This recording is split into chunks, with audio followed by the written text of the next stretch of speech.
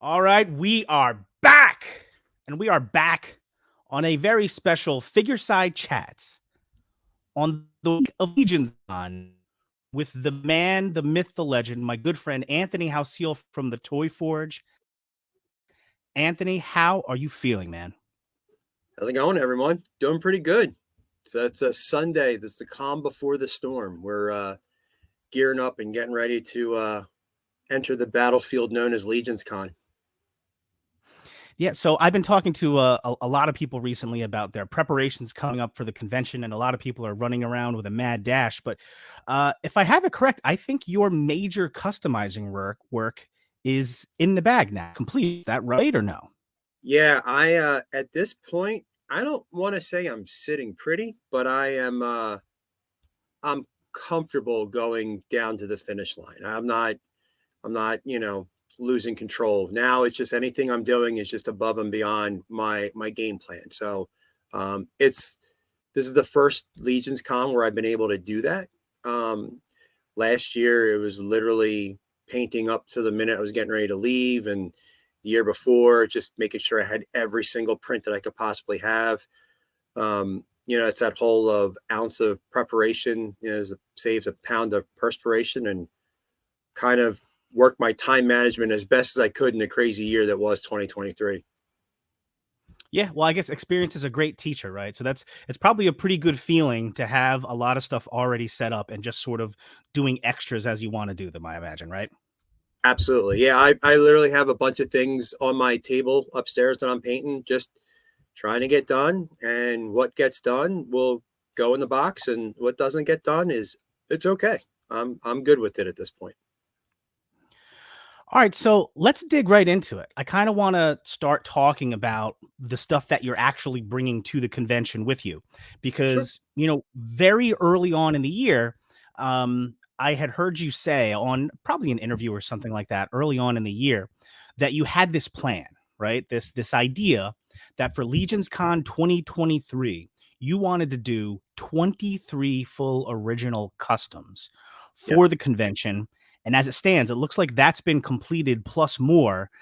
Just first, what can you tell us about that idea of like this seemingly daunting task of like, I'm going to do 23 completely new customs for So, 2023? so Legions Con last year, I had no intentions on really selling any customs. I was more or less just making them for myself and displaying them and trying to sell my prints and my paints that I had done, my heads and weapons and everything like that. Mhm. But as it had turned out, there were a bunch of people that enjoyed my customs and said, I want to buy these. And I was one, humbled or very happy that people like my work that much they want to own a complete commission or a complete custom. So I sold a bunch of them, and then when I got back home and I started putting my stuff away, I went, oh, I'm missing a lot of stuff. And then someone reached out to me, and because I sold it, I just expected to put Right. stuff back where it was before. And then I had a couple people ask me to make customs for them, and I went, why don't I just kind of do both of these? Why don't I make some customs for myself throughout the year, which I do have a few that I don't plan on selling, but let me focus this year on trying to do that for the community, and let's see what I can do. So I started. Most people take a break right after Legions Con. They kind of just Yep. Mhm. they take it as like the end of the year and just kind of like get ready for the next year. I didn't stop. I took commission work right away. I started doing new designs, and I just started going, all right, let's see what we can do. Can we theoretically do 23 brand new customs? Because some of the ones I sold at 22 were ones that I'd made, you know, in years previous. So my plan was I'm going to do at least one or two customs a month. I needed to be done by a certain date so I could stop focusing on them and then start doing other stuff. And I didn't quite meet that deadline of the date that I wanted to stop. So I was still making customs way past, I think we were going in the RetroCon and I had finished up my last one, I think that week or whatever. Um, Mhm. so, uh, but it was a good challenge for myself because I wanted to diversify myself. I didn't want to just make 23 dwarf customs because I could have done that in 3 months. That wouldn't have been hard to do.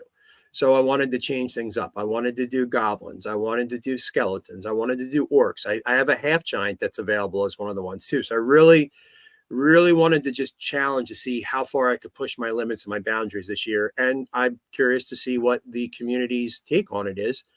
The success for me would be my determining factor of how well I do is that, I sell a couple of these. So, and in full transparency, I have sold a few of them already in advance of the show.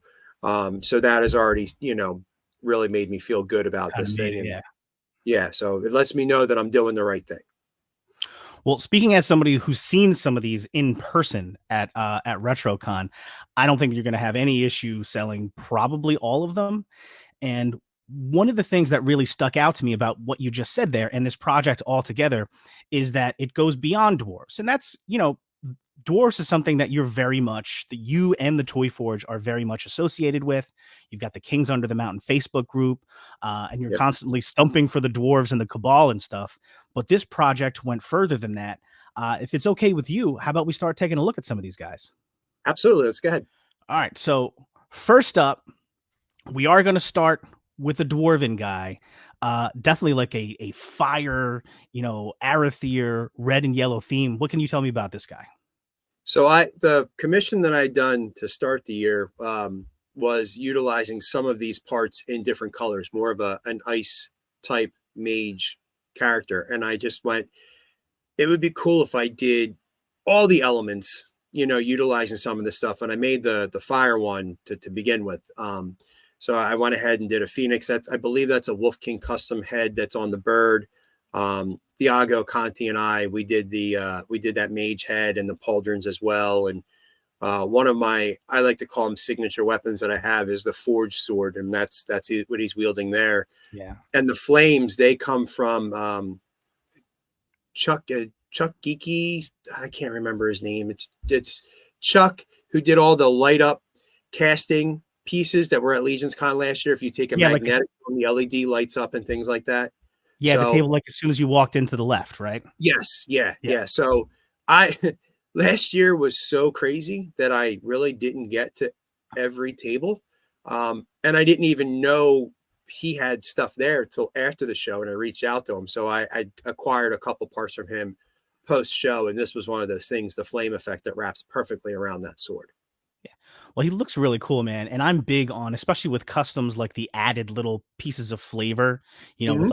like an original weapon effects. This guy right in that wheelhouse. All right. So is this guy now that we're taking a look at? Is this Yeah, the half giant you were talking about? this was the half giant. I'm calling it Thorkel. So I decided I wanted to go big, and not only go big, but let's go really big and give him a big old belly as well. So I utilized a mix of multiple designers, Jason Rodriguez and Thiago Conti.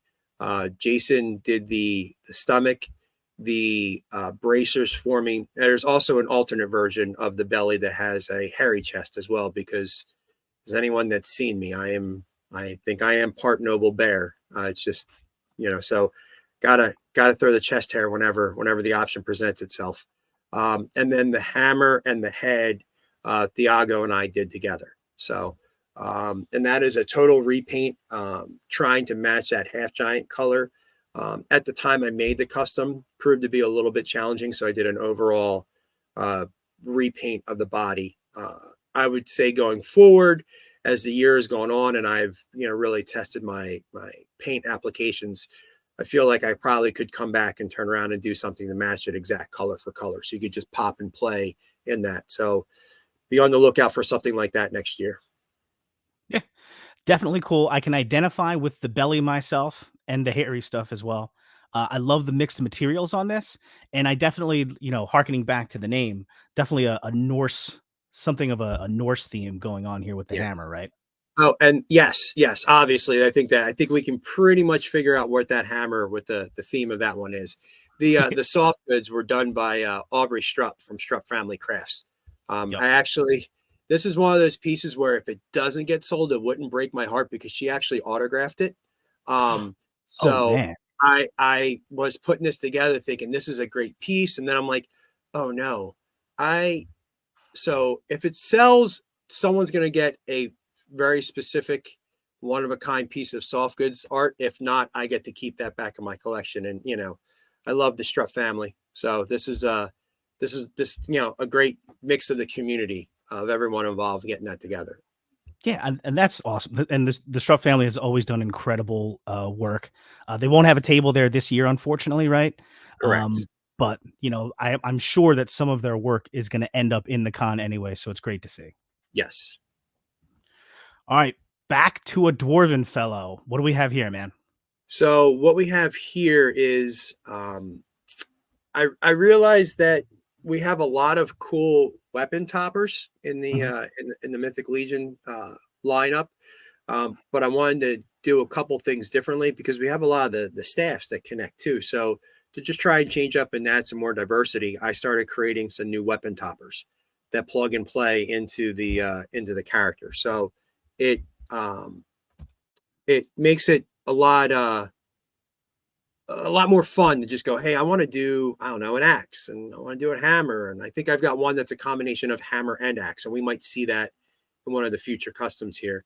And then obviously the great team of Chris Ferrone and Shane Mann with Mythic Bits with the Mhm. beard clip that goes there. And then there's some additional third party parts with the legs and the shins as well. Moving right along. Now, some of these shots, I love it when you do the outdoor shots. I am not anything close to like a really good photographer, so I love taking figures outside in that natural light, and it really, gives it a cool background for it's like a living dial right outside. Yeah, so I work in property management, and a lot of the buildings that I take care of are industrial properties, and there's Mhm. always some form of woods surrounding them. So any given day, any day of the week, if you come up to my work van, there's a 90% likelihood that there's a Mythic Legion figure in my car that I'll be using it to take a picture of something somewhere because I like the lighting. And this is no exception. This head is the Mountain King head that we used that I did last year. Mhm. And then that weapon topper is actually the one I was just talking about. It's a combination of axe and hammer, and I used one of the different staffs for it. And then the shins and the feet, same thing, 3D printed Jason Rodriguez stuff. And yeah, that was fun to do. And I'm really digging uh, the way that the pauldrons sit and add beefiness, but still Mhm. allow full mobility on that character. Cool. And now we've got more of a goblin type character here. Yeah. This is a tribute to my friend Dan Tobin. This is the Mhm. Toad head. Um, so we took that, had Thiago Conti sculpted that, and there's the forged sword there as well. And then I went with a wooden leather kind of combination of armor paint for it. It's the Mephitor body. And really, in terms of parts, that's kind of what you're looking at. The scenery is really nice, though. That was Yeah. near a swamp. Um, Yep. so I figure that goes well for the Gob Hollow kind of vibe. Yeah. As soon as I looked at it, I'm like, oh, it's definitely a very cool swamp vibe. And Continuing with the goblin theme. this is the Goblin Juggernaut. Um, I went nuts with this thing. This thing's got ogre parts. Real pain. It's got the visor that lifts up and down. It's got Wolf King custom weapons. I took the skull off of. I think I just took a regular skull, a Mythic Legion skull, with the articulated jaw, Mhm. and then applied that there and gave him a heavy armor with a rust finish on it, and he's he's heavy. Like if you drop him on your toe, you're gonna break a toe. Like it's no lie. It's got some weight to it, and he retains all of his mobility and articulation, which is a testament to the four horsemen, character and their system of parts and modularity. Yeah, the way he's painted, he's just got like an iron metallic kind of visage, and he looks heavy. And then you've even got like is that real metal chain?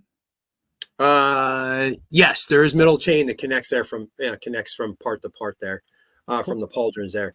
Like I said, the visor lifts up, and that horn on the front is actually the Goblin Legion Builder horn that fits in the back of the helmet, Oh, of the cool. armored helmet. Yep. And then there's the turtle shell in the back because, we want to make sure he doesn't have a space of opening to hurt him.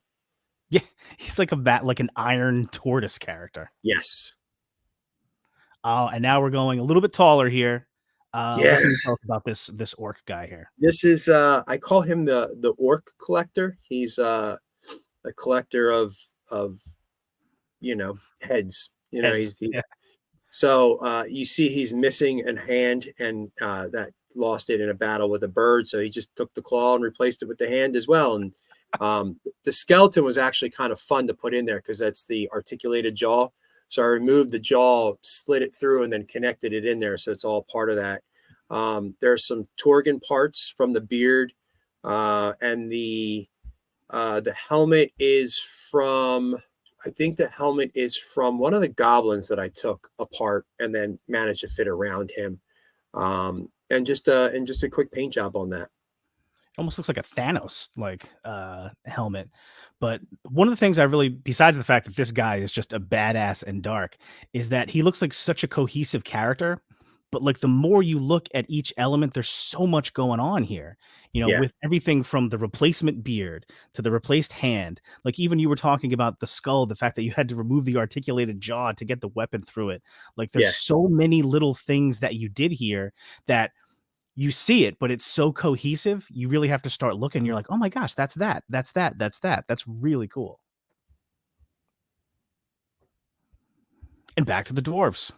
So this is a very Wolf King specific tribute figure. It's got the new Wolf King, well, not new now, but when it came out was new. The Wolf King dwarf head that has the visor that slides up and down. Mm-hmm. The wolf pauldrons on the sides are from the Lupus Rex set. Mm-hmm. Both the weapons come from Wolf King Customs, and the chest plug as well, because it's one thing that I feel like a lot of people haven't really utilized a lot. A lot of companies have been making them, but I don't see a lot of customizers using them just yet. So it's very, very Wolf King driven. The feet are Jason Rodriguez feet. And my favorite figure that came out of the Alithia wave was Krotos. I love that color of armor. So I probably at this point have purchased at least 15 to 20 of them. So I just incorporate them in all the customs. So you'll see a lot of that copper and the greens and all that mix. Super cool. I have always loved those, the wolf pawns there. And it's funny you mentioned the replacement chest pieces. That's probably, I guess that's probably just a matter of time with people still using like older Legion builders for customs.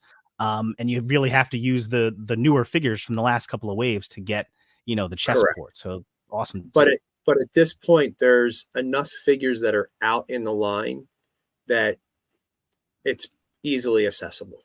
Here we go. This guy looks like a badass. And some cloth goods going on here too. Yeah. This is my jester. If you don't get the punchline, then he will punch you. So this is done by Heavy Hammer Soft Goods. Originally, I wanted to do a different type of an overlay of an armor setup, and when I put the parts together, I just went, "Oh my gosh, he looks kind of like a Harley Quinn type, character." So I just wanted to just run with that. So the Toy Forge pauldrons, something I put together a couple years ago.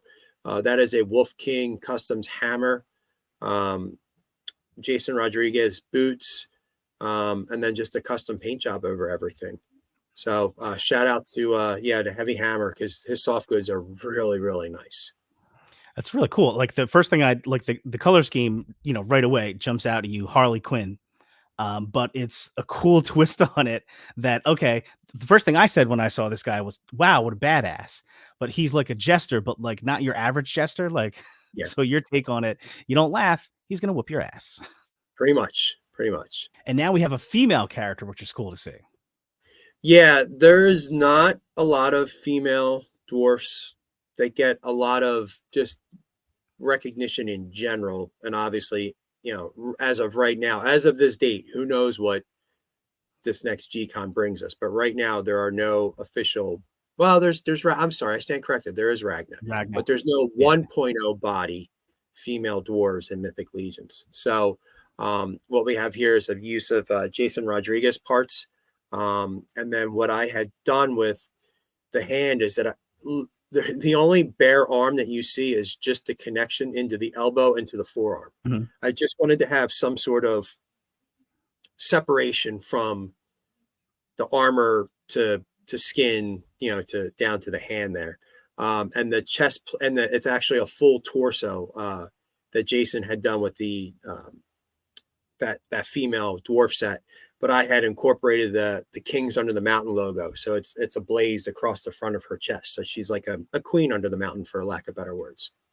Oh man, that's awesome. And now a skeleton. So okay, so Curtis might be tired of the skeletons, Anthony. I am not. No, So give me more skeletons. So Curtis, I'm gonna spoil something here. Curtis picked up that trend after me. I am the anti-skeleton guy. Mm-hmm. Yep. I have skulls laying around because I needed the bodies and other parts and pieces for fodder. Like so I'm not only a customizer, but I'm also a collector. I try to have one of everything. I have skeletons in my collection because I need to have that as part of the collection, but I don't have any skeleton customs. I don't really make them. It's not my thing. It's whatever. But in terms of trying to be diversified this year, I went with that reach. So that helmet is from Brian Burke. He did those Mm-hmm. last year. They fit over the skeleton head. I did take it and Dremel it out a little bit because I did some washes on the skull and I didn't want to risk any kind of scratches or anything. So the skull or the helmet fits perfectly right on top of it. And then there's some leather goods that I got from Kylab. The sword in the back is one of my earlier swords that I put out in the when I started this thing, and there's some fodder there that I believe I took from a Marvel Legends Sleepwalker figure. The wrap around his leg. Yeah, just a couple of different shots. I took that shot of him in my backyard at night. I was able to get the lighting and just wanted to kind of show off all the parts and pieces that he had. I should have done more shots like that to show all the different turns and poses but you just start getting in the moment. You just start doing these things. You don't think about it till, sitting there looking at this thing afterwards going, it's dark. This thing's undead. It probably would fit well at night. And I just went ahead and I took the shot, and then I liked some of the other shots I did. So I just kind of put it together in this thing. And back outside with a mohawk dwarf. That is probably the most substantial mohawk I've ever seen on a figure. Yeah. So in a trade with someone, I acquired a couple of painted pieces, and one of those was this head, and it was painted by Kurt Daniels. I believe it's Camaro Dude 1977 on eBay. He does a lot of those cast heads, and then he paints them and does them all up kind of crazy and makes moderations to them. So I was looking at this head trying to figure out what I wanted to do, and I just was working on this hammer drill dwarf, and I just looked at that and I went, this could work. I mean, nothing this guy's doing is OSHA safe, so why not have something that wouldn't constitute wearing a hard hat or safety glasses? Let's go big. So I put that on there and went with it. So the drill bit is a part of a Legion shop set, the Minor Dwarf, which is still available now. They will be at LegionsCon. So what it is that plug fits right into the back of the bigger hammers. It's got a little plug that fits into the hole where the other hammerhead side is, because those hammers have the flat edge that you can pop out. You can put the hook end, and now I've created a drill bit that you can put in there as well. It's beautiful, beautiful paint job too on the Thanks. drill hammer there, and I'm getting some definite. This might sound weird, but like Road Warriors meets Kings Under the Mountains kind of vibe with this guy right here. A little bit of a rush there. I feel it. And this is the same guy from the front, right? Yep, the same guy from the front.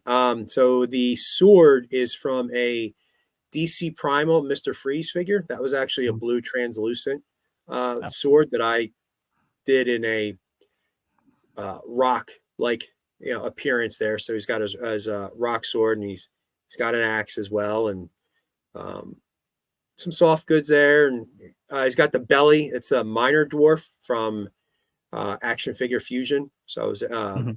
it's a good mix of parts there: 3D printed, soft goods, and standard parts. I tell you what, man, one of the cool things during this whole conversation is your demand of like where every little piece came from. Like, I know customizers, once you spent so much time on a project, a lot of times that will be ingrained into you, but there's so much going on with each one of these customs, and like, you know exactly where each piece came from. And like, that's pretty impressive.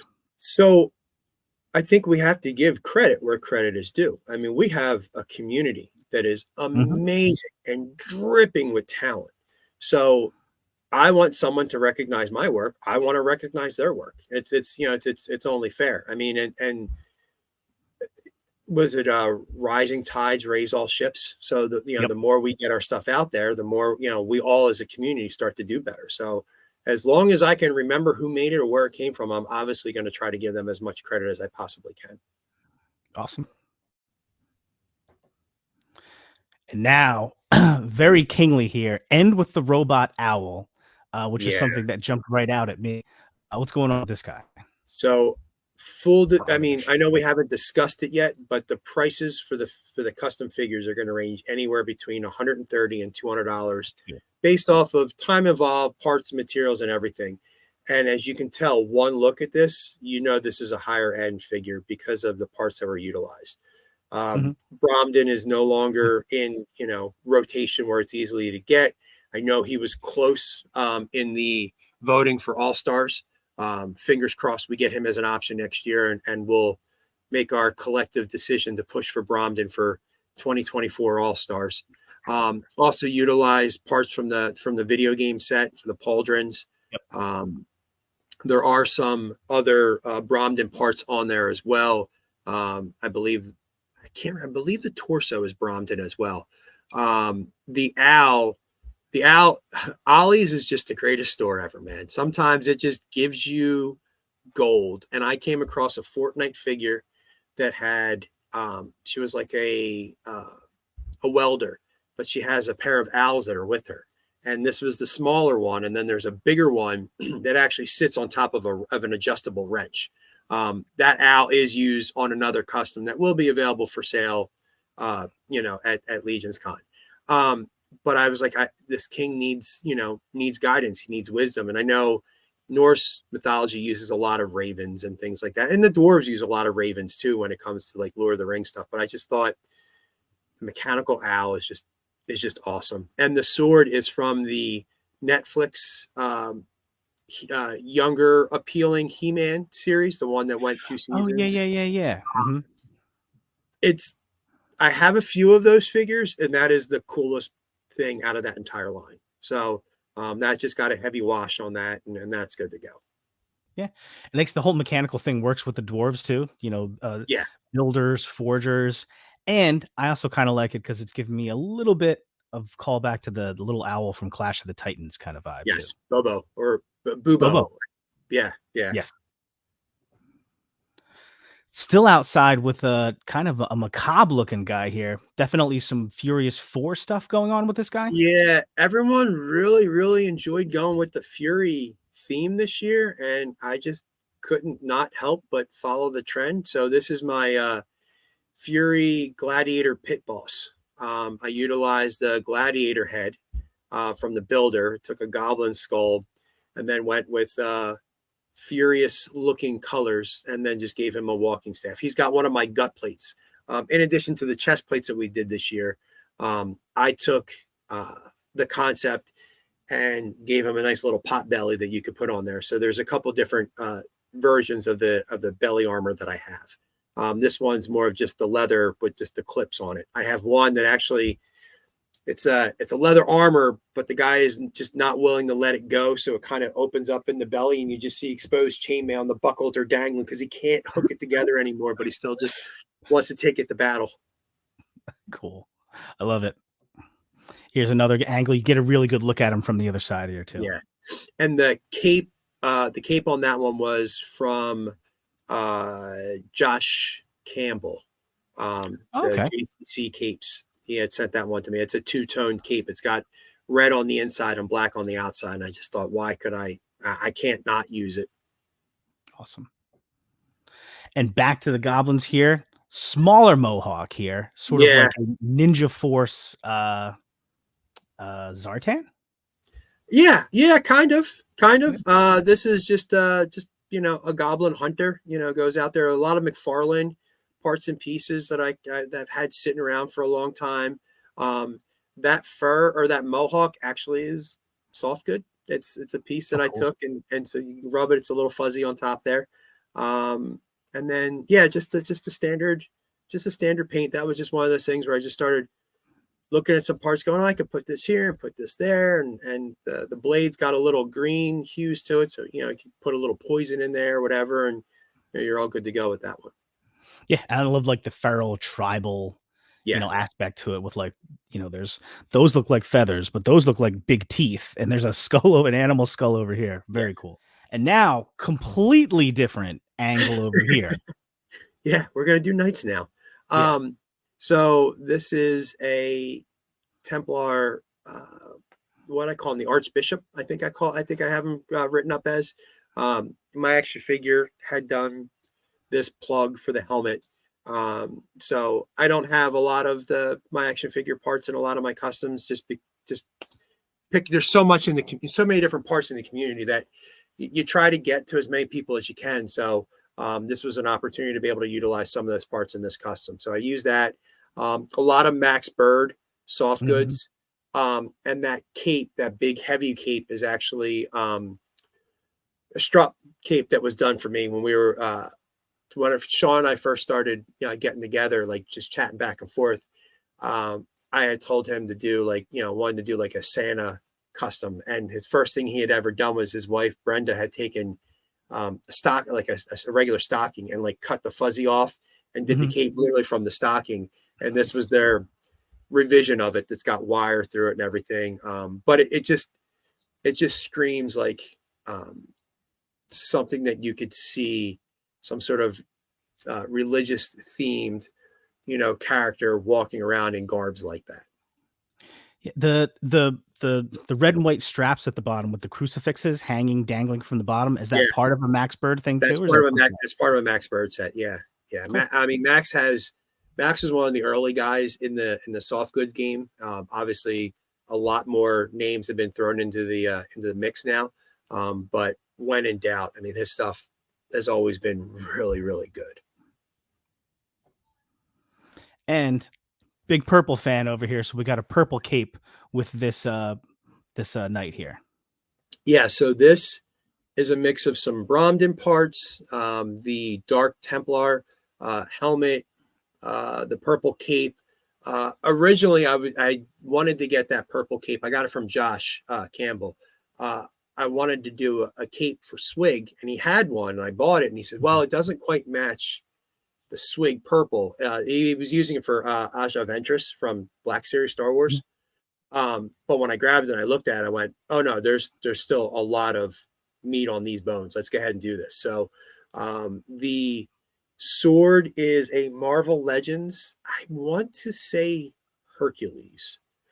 Um, and the leather armor that you see right underneath the cape there, from a Kai Lab set as well. And this was just fun to just kind of put together. There was a point when I was making these customs where I kind of hit like a mental roadblock, where that Mhm. when I told you I didn't take time off at the beginning of the year, that burnout that people avoid because they take time off, that hit me, and hit me like at the worst possible time of the year, like when I was trying to finish these things up. So I was just doing a couple other odd and end projects to just kind of see if I reignite the fire, because I didn't want to see this fail. Um, and I did this, and I was done looking at going, no, this is more than just, see what I could do. This belongs in the wave. So I put that in with the collection as well. This Yeah, and actually it's helped fun me to hear you finish. talk about. This helped me finish because I was at a point where I was like, oh my God, I'm not going to finish. And I did this one. I was like, no, I'm good. Let's get back to work. And kept cranking them out after. I had like 4 more after that one. So he was kind of a Damn. pivotal number for me to get them done. And a little fun guy here. Fun little Yes. uh the bone helmet on top with the feathers My here. our goblin shaman. Mhm. So this was a lot of fun because this is a whole family project. So Mark, my brother, Funhouse Customs, who will Mhm. be at the table with me and he'll have parts for sale. This head is his idea.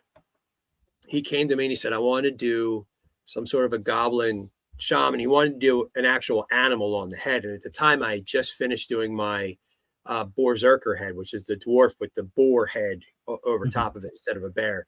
And I said, well, let's not do that. Let's go with bone. Let's see what we can find. So he reached out to our designer, Thiago, and Thiago Mark came up with it, and they brought a couple of revisions to me, and we kind of worked it back and forth because we wanted to make it functional. The feathers on the back are really cool, but they're long and they could affect the pauldrons. So Mhm. we, made a few adjustments and raised them up and then thickened them and made them to where they work really well. And then so we put that together. But the staff was made by my daughter, Carly. Oh, wow. So Carly is very, very creative, and I would not be surprised to in the next few years have her be up at LegionsCon with us selling some of her stuff. Actually, she was finishing a few things today. She's doing candles for me, so there'll be a whole bunch of candles that she took and have them lit and so they'll be like bundles. So be able to just put like in set pieces for little dio photos and stuff like that. So, but she brought a bunch of staffs that she had made to RetroCon and sold them all there too, incorporating shells and gourd stems and rocks and wraps and all kinds of stuff. So this was a good family project. It's so And then awesome, man. yeah, and we utilized some Kylo Ren parts because Kylo Ren is the greatest fodder figure to Mythic Legions, especially if you ask Jeremy Gerard. Um, and there's some Marvel Universe Gladiator Hulk is the skirt piece, and then some damaged weapons that Thiago and I kind of worked together. Cool, and, of course, I love the idea of your family, like, being a part of it too. Yeah. Like, I've had like, my I have a 10-year-old daughter, and she's taken, like there's a couple of Plunderlings figures that I had that she sort of took for her own, and then I would see them randomly around the house, and she will have created, like, little outfits for them, like, not Yep. out of, like, actual clothes, but, like, fabric or something that's just around, and she would fasten. I'm like, "That's kinda cool, Grayson. Why don't you be creative? Keep trying to do stuff like that." I think that's awesome. So it's funny you mentioned the Plunderlings. My son Tony, who's 5, who Mhm. is we've affectionately, labeled him the best house. When they talk about like the house heels, like Mark or myself, I always just say Tony's the best one of us. Like just it's what it is.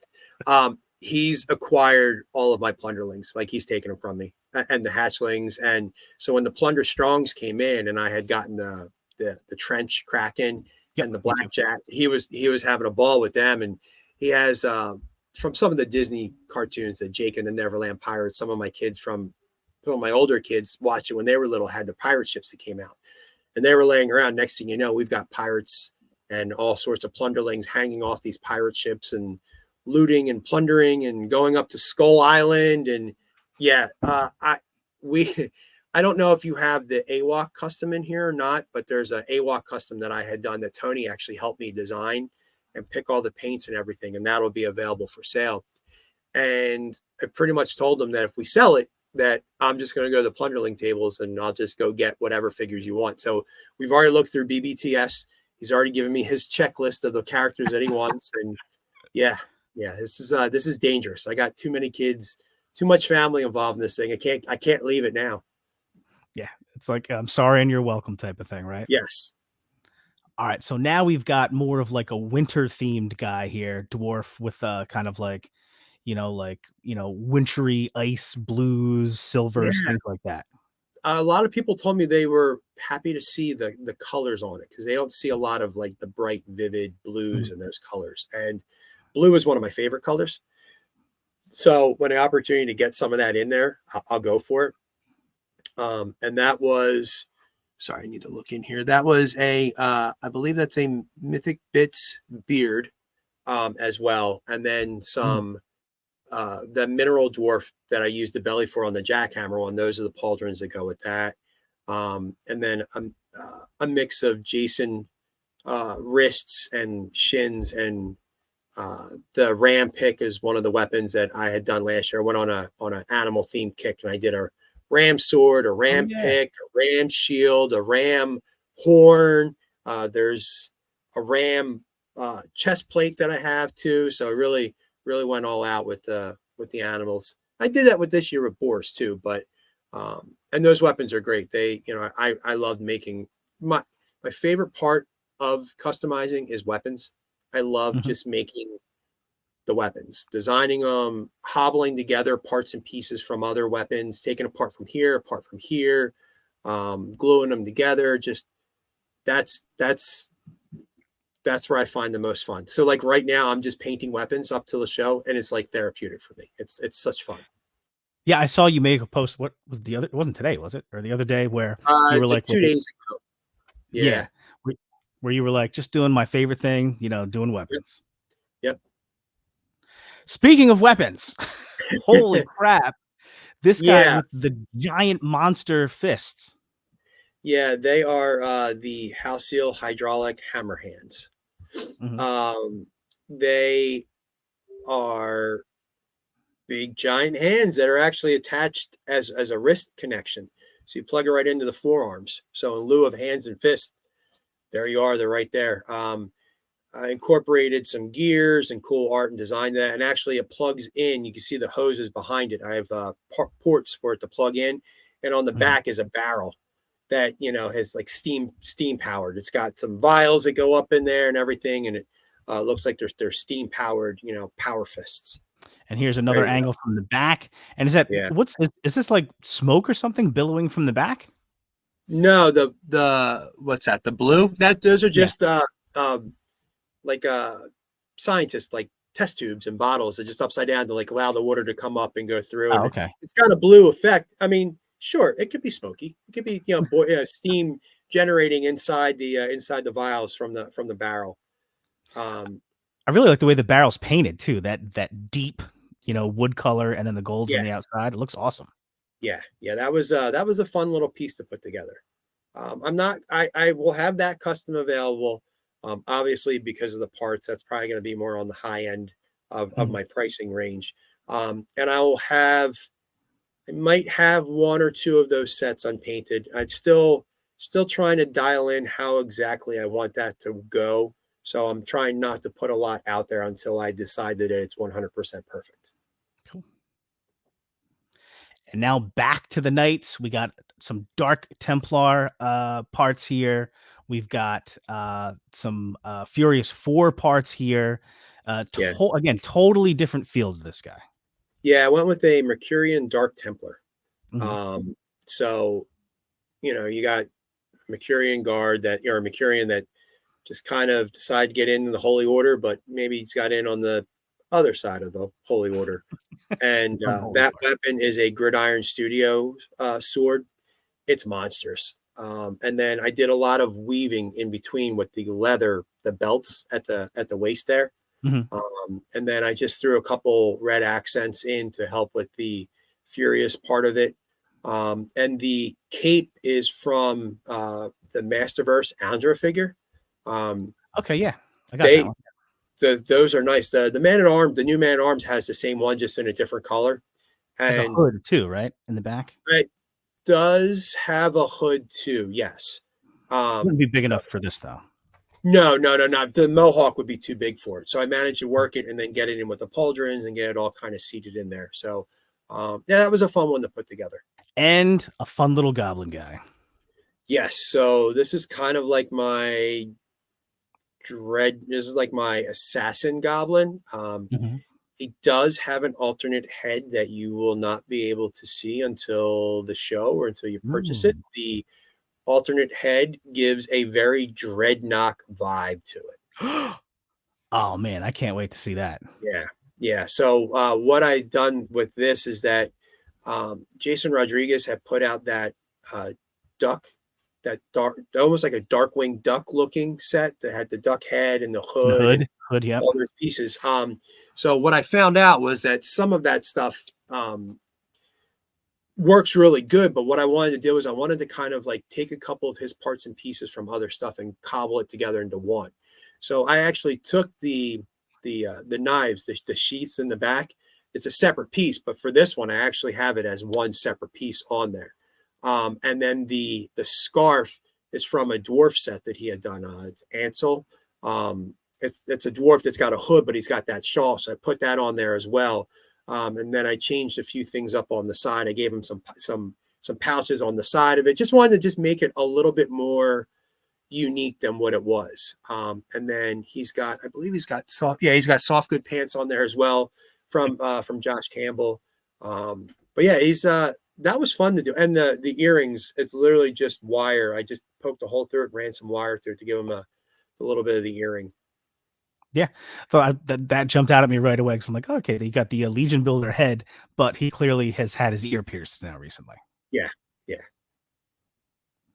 And here he is outside about to plunder someone. Yep. Yep. And here, beautiful shot in the creek here of a very woodland themed dwarf guy. Yeah. This is mainly a pop and swap, except for the head and the wings. It's just Xylurnian guard. There's some Bromden parts. There's some I love that soft good skirt that comes with the Xylurnian guard. So just kind of put this all together. The weapon, I believe, is a custom piece that I put together. The sword is in the back. I know that for certain. It's the Bromden, that big hammer topper, that big hammer that he has, that staff that's got the big end with the spikes on it. I took that and I took one of the Bromden, the bigger swords. Yep. And I incorporated that. So now it's got a much bigger, like a two-handed kind of style handle with the big sword on it. Very Dragon Slayer kind of vibe to it. Yeah. So the axe is the same thing. I took the axe from the Deluxe Dwarf Legion builder, and they gave him a much longer handle to use as well. All right. So there we go. A bunch of customs there. So quick question. You've already been really generous with your time. And if you have to go at any point, no problem. No, please, we're good. The birds don't play to fool. We're good. Exactly. See, you went through a lot of customs here. I imagine, and you've sort of said this already, is that as you're doing these, it's difficult sometimes after you spend so much time with a project to then let it go. Were there any customs that you've made during this journey this year that you've already pulled from sale? Maybe they might be displayed, but they're not going to be put up for sale. Yeah. As long as I don't give it a name and I'll get attached to it. It's like Monsters Inc. when Mike tells Sully, you don't give it a name. Once you get a name to it, you attach it. I can't do that. I can't name anything Boo. Like, we're good. So a lot of these are good to go. There's some that were fun to make. But my big thing was, after I was done making these, is I made them. I took a couple photos and I put them in a box, and they're all boxed up in their own Toy Forge specific Mythic Legion box with the Toy Forge logo on the front. And I put them away, because as soon as I start playing with them, I start growing attachments to them. I do have a handful this year that I made that were for me. I had done the Asian themed dwarf utilizing the Monkey King parts. Cool. That was a lot of fun. The minute I saw that figure and I realized it was a chest swappable torso, I decided I needed to do something like that right away. So Chris Ferrone and I were talking about it. I think it was Monday we were on the phone, like, we should do this, we should do that, whatever. And right away, I just started putting stuff together. Like, I had all the parts ready to go. So the minute that it arrived at my house, everything was painted. I was just trying to use as much visual, like, eye it up as best I could. Like, okay, I think I need this color here, this color there. So it showed up in my house. And it's funny, I remember, because it showed up at my house, the Monkey King figure, and we had to go to my mother-in-law. So we had to go up, and I took it with me and the parts. And I'm sitting in the family room, literally trying to, like, put these things together. And my wife's like, really? Like, here? I'm like, I need to be the first to do this dwarf. Put it all together and took a picture of it. I think the first picture I took is literally on her, the little dining, the little table in the family room, just because I wanted to get it done. I needed to just accomplish that. So that's one that, I'm never going to say never that it'll go away, but it'll have a price point on it that's going to hurt if someone really wants it. And if it goes away, it's going to hurt me. But it's going to hurt the other guy's At wallet. least, I mean, yeah. that's, it's kind of how that goes. There was a couple customs last year that I got rid of that I realized like that hurt. I shouldn't have gotten rid of those. And some of the parts are harder to come by to replace, or some of the miscellaneous things, the fodder that I came across, I can't replicate. So it's hard to replace that. But with this Monkey King right now, I do have a few Monkey Kings laying around where if I needed to make another one, You could. I could. The boar theme stuff I did this year was a lot of fun. I took the D20 boar that came out, that big monstrous boar. Yep. We designed his own armor for that because I'm not a big bone fan. So I got rid of all the bone armor, put new armor on there. And then I create a rider for him that's got a chest plug that's got a boar themed across the front of it. He's got a big helmet with a big, almost fin looking in the front that's got boars on the side of it. So I did that one. So I figured that was the cavalry. So I needed an infantry. So I created the Berserker. So instead of the Viking Berserker idea, I took a boar head, sits over top of this guy. He's bare chested. He's got some of the topper weapons and a spear and a wooden shield that Pat Boyle painted. And he's got soft good pants on, and he's got a leather armored arm. And so there's 3 or 4 that I would definitely say this year that I made that I'm keeping. But there's some of the cosmic stuff. I like playing with the cosmic stuff. I fell in love with Vorga, so like everything I've done custom wise has been very Vorga themed. So it has all those blues and the greens and the blacks and all that there. So I've got 2 cosmic dwarfs, space dwarves, minor dwarf, whatever you want to call them. I'll have some of them to be determined whether or not I want to let them go yet or not. I haven't quite figured that one out yet. Oh, that's something that my brother did. That's something that Mark made. Oh, wow. Yeah. Mark went with a minor themed as well. Very, very steampunk powered. And what's fun with that is that's a McFarlane piece that the Horseman designed back in the day. So he was Oh, able to wow. utilize some of that stuff. And then he incorporated LED lighting in there. And that head is an older head that we had done a couple of years ago with Travis Cannon. So he'll have that at the show as well. That's when that thing is lit up, it's bright. We can sit that up high and make it a beacon to catch people's attention to come to the table. So I'm correct, right? With as far as customizing goes, was some of your start in the Dio area, or Yeah. at least you used to do a lot of Dios? Yeah, well, I originally started doing customs at 1/18 scale, a lot of the Vitruvian hack stuff. Mm-hmm. And then when I made the shift over to Mythic Legions, the first dio I ever did was the blacksmith shop with the light up forge, the working bellows. I've got the anvil that was there.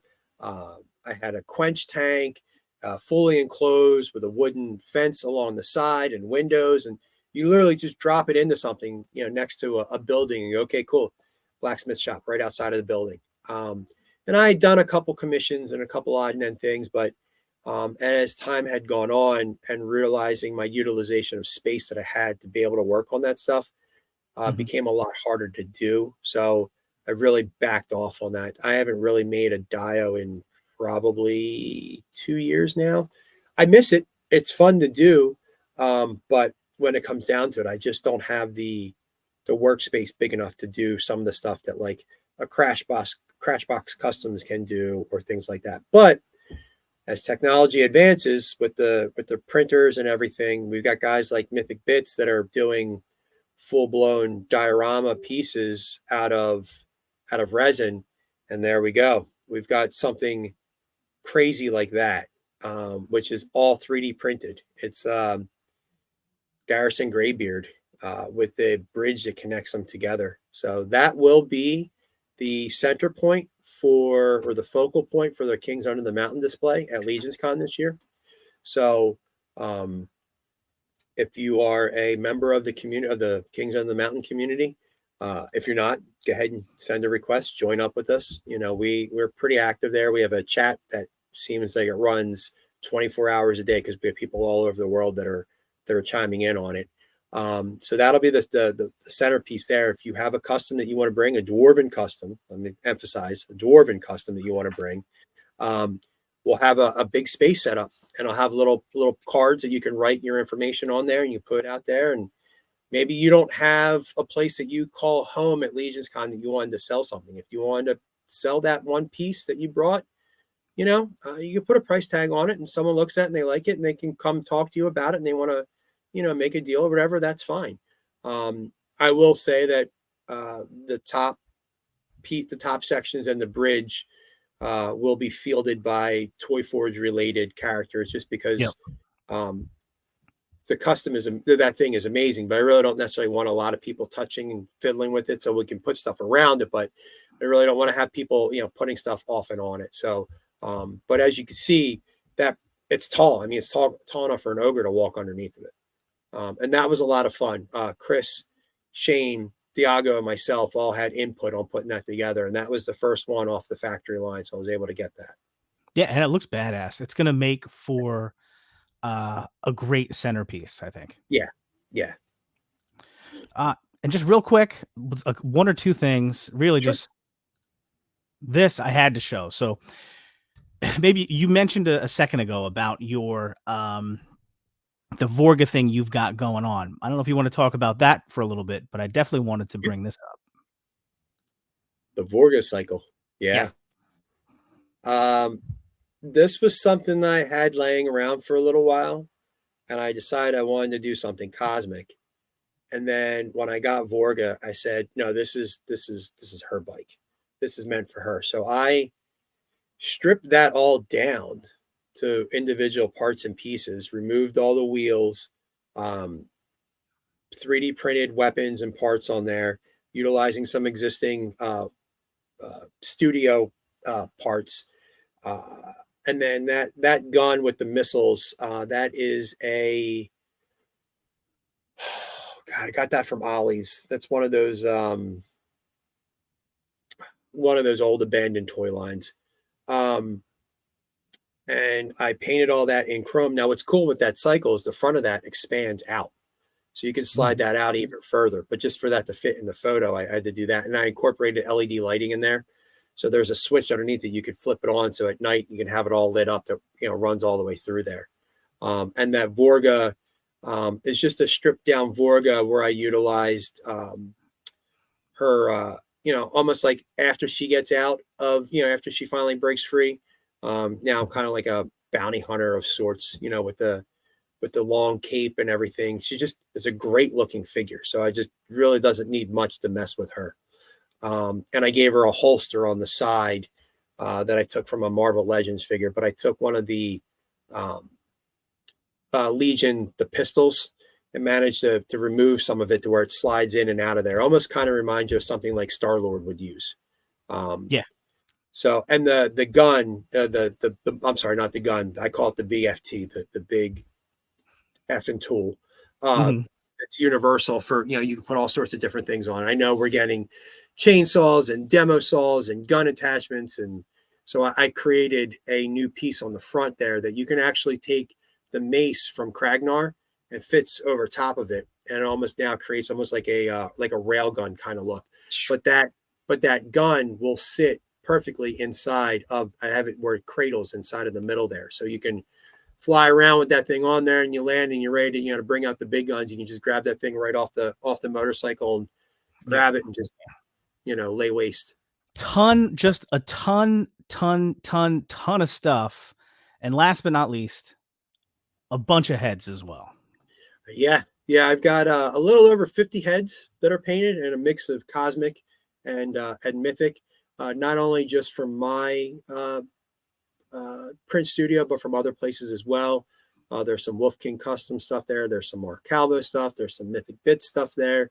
Really just wanted to, have variety of the spice of life. So I wanted to have a lot going on there. So I'll have all those heads there available for sale. I'll have probably close to 50 or so weapons and miscellaneous parts and pieces that'll be available as well, in addition to close to 30 customs. So yeah, I'm really looking forward to getting there, to hanging out with everyone and not just beyond, trying to sell this stuff, but LegionsCon is homecoming. It allows us all to get back together. I haven't seen a lot of these people in over a year. So, as well as I do, we're blessed where we are locally that we get to see each other a few times a year. Most recently we all got to hang out at RetroCon. We got to have dinner together and all that. And that was a great time. But for LegionsCon, we got people coming from all over the world that you get to see one time a year. And it is an absolute blast. If you are on the fence about going, if tickets are still available, get one. If you can't go this year, start making plans now to go next year. Yeah, I mean, couldn't say it better myself. I really can't wait. Like, just cool little moments. Like, I have usually every Friday, I go to one of my sister-in-law's houses to pick up our grandmother, bring her over with us for the weekend. She spends the weekends with us, right? And a lot of times on the way back, I'll have like the Euro Legions podcast will just be on, Yep. you know what I mean, playing in the background. And she thinks it's funny and she kind of laughs or whatever, and she'll ask questions and stuff.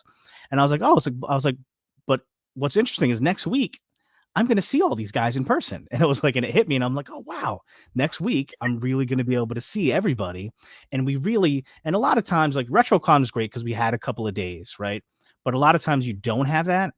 So it's like, as opposed to like this convention here, this convention there, where you're just there for a few hours or a day, we really get a couple of days to really spend time with people. And I can't wait. Yeah. It's funny you mentioned the Euro Legions guys. I've really developed a close relationship with those guys. Maybe not so much Rich, because he's not a Noble Bear guy and he's not a fan of dwarves. So we'll see what happens after this week. He's either going to be incredibly disappointed or he's going to have to get over it. But but John actually shipped me a lot of his inventory to bring to the show, because he was afraid of trying to travel over the plane with it, and God forbid anything gets lost or whatever. So I've been sitting on it, and I've had an opportunity to look through all this stuff to make sure that everything that survived, and anything that had not, that if I could fix it or whatever, I would do. The Euro Legions table is going to be amazing. I mean, just in what I'm looking at, I mean, I almost wanted to throw all my stuff out and be like, I just go buy their stuff. It's great. All right, man. So a ton of stuff is coming. Very excited to see all this material, the custom figures, the heads, and everything else. But most importantly, I'll be happy to see you and shake your hand again this weekend, my friend. Can't wait. I'm so looking forward to it. It's going to be such a great time. Yep. We will see you there. LegionsCon 2023. Take care, everyone.